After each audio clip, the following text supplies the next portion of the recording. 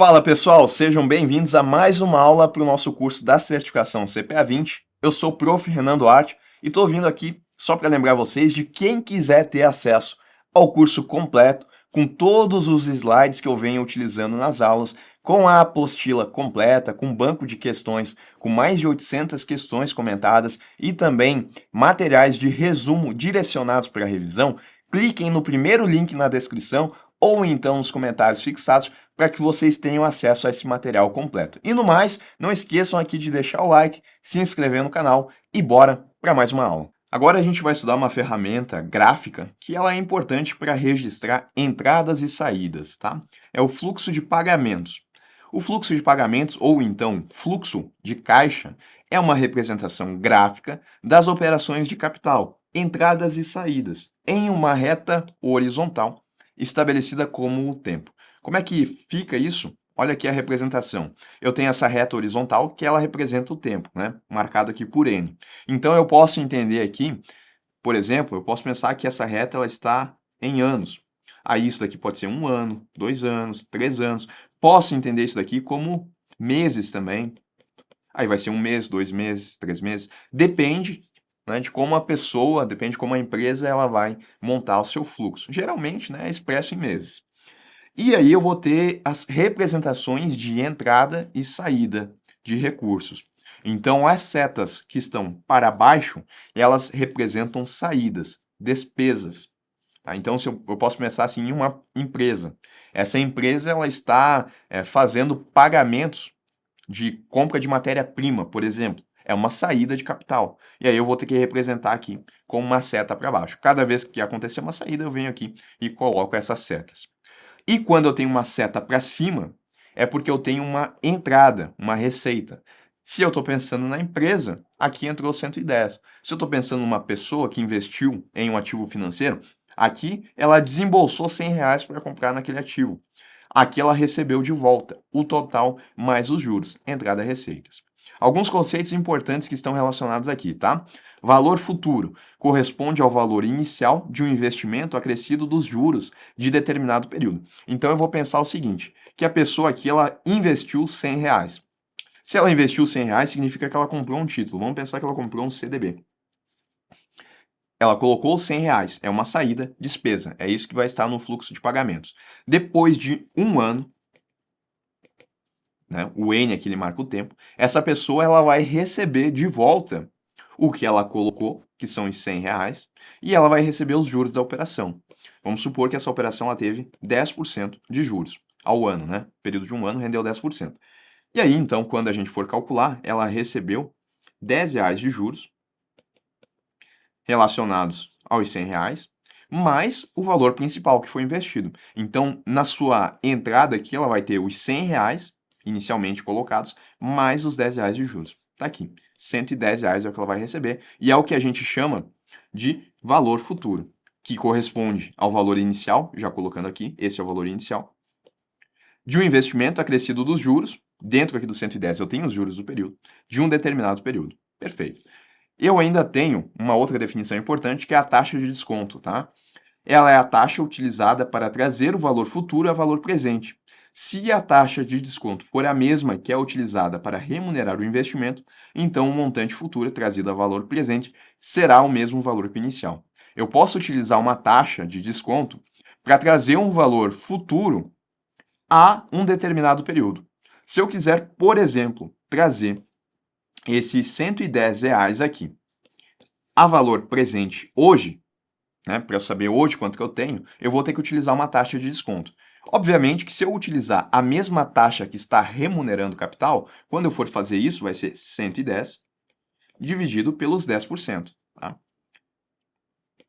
Quando eu for fazer essa divisão, eu vou ter aqui, então, R$ 100. Porque a taxa de desconto ela está sendo a mesma que eu estou utilizando para remunerar meu capital. Agora, se a taxa... Só deixa eu mudar aqui, né? Senão isso vai dar mais. Aí, 1,10. É 1 mais 0,1. Isso porque 10% é 10 dividido por 100, tá? Isso dá 0,1. E aí a gente soma 1 mais 0,1 para poder fazer esse cálculo. Agora, se eu considerar uma taxa de desconto que ela é diferente da taxa que está remunerando o meu investimento, eu vou ter um resultado diferente. Quando que isso pode ser utilizado? Quando, por exemplo, eu fiz aqui o meu investimento e durante o período aqui eu quero vender esse investimento no mercado secundário. E aí no mercado secundário eu vou ter que ver qual que está sendo a taxa que está sendo negociada naquele momento. E aí eu vou trazer o meu valor futuro a valor presente para poder vender esse investimento e eu vou utilizar uma taxa de desconto que é aquela determinada pelo mercado. Se a taxa de desconto, que é a taxa do mercado, ela for exatamente igual à mesma taxa que eu estou remunerando, eu não vou ter perda nem ganho financeiro, né? Eu vou conseguir então ter o mesmo resultado que eu teria se eu mantivesse esse valor até o final. Agora, se o mercado lhe utilizar uma taxa de desconto diferente, aí eu posso ter diferenças aqui. Por exemplo, se eu trazer esse valor final de 110 a uma taxa de 5% de desconto, o meu valor presente aqui seria de 104,76, tá? Então, se eu tenho uma taxa de desconto que ela é menor do que minha taxa de juros normal, eu vou ter um resultado, um valor presente que é maior. Pode ser interessante aqui, né, se o mercado ele estiver precificando a 5% e o meu investimento ele estiver a 10%, eu vou ter um ganho financeiro aqui, tá? Porque o meu investimento ele está com uma taxa de juros melhor do que a do mercado. Agora, se o mercado estiver precificando para mais, o mercado está exigindo 14% e o meu título está pagando 10%, quando eu for utilizar a taxa de desconto aqui de 14%, eu vou ter provavelmente um valor menor do que eu teria se eu mantivesse a 10%, porque o meu título ele está desvalorizado em relação ao mercado. Outros conceitos importantes, tá? Cupons são pagamentos de juros periódicos dentro de uma aplicação financeira. Aqui, nesse fluxo que eu coloquei, eu não tive pagamentos periódicos. Não, eu só tive, no final do período, os juros acumulados mais o montante inicial. Se eu tivesse pagamentos de juros aqui, aí seria diferente. Aí eu teria o que eu chamo de cupons. O meu fluxo de caixa ele ficaria da seguinte forma: eu teria aqui os juros que eu recebi de maneira mensal e no final aqui eu teria os juros referente ao mês final mais o montante inicial, tá? E um título zero cupom é aquele em que não há pagamentos periódicos de juros. O valor dos juros é pago apenas no final juntamente com o capital. Aqui então, zero cupom. E aqui é um título com cupom. Renan, o que são os cupons? Os cupons são esses pagamentos aqui, né? Eu recebi 110 no total. A diferença é que eu receberia aqui, por exemplo, R$ 1 por mês de juros periódicos. E aí, no final, eu receberia o montante, né?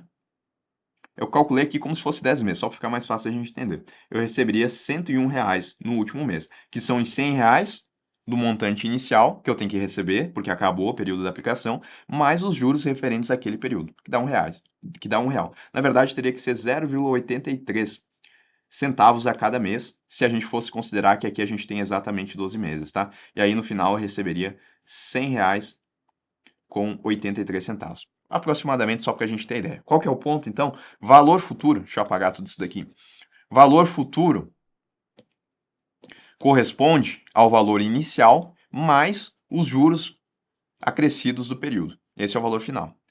Qual que é a taxa de desconto? É a taxa que vai ser utilizada para trazer um valor final a valor presente. Se eu utilizar a mesma taxa que remunera o investimento, como taxa de desconto, eu vou ter exatamente o mesmo resultado se eu estiver trazendo para o período inicial. Cupons são pagamentos periódicos de juros para aqueles investimentos que trazem pagamentos periódicos de juros. Títulos zero cupom são aqueles em que a gente não tem pagamentos periódicos de juros. E dessa forma, os juros eles se acumulam mensalmente, se for pagos de forma mensal, e eles são pagos não, né? Se eles forem contabilizados de maneira mensal. E aí eles são pagos ao final junto com o montante inicial, tá? Então, são esses os conceitos aí em relação ao fluxo de pagamentos.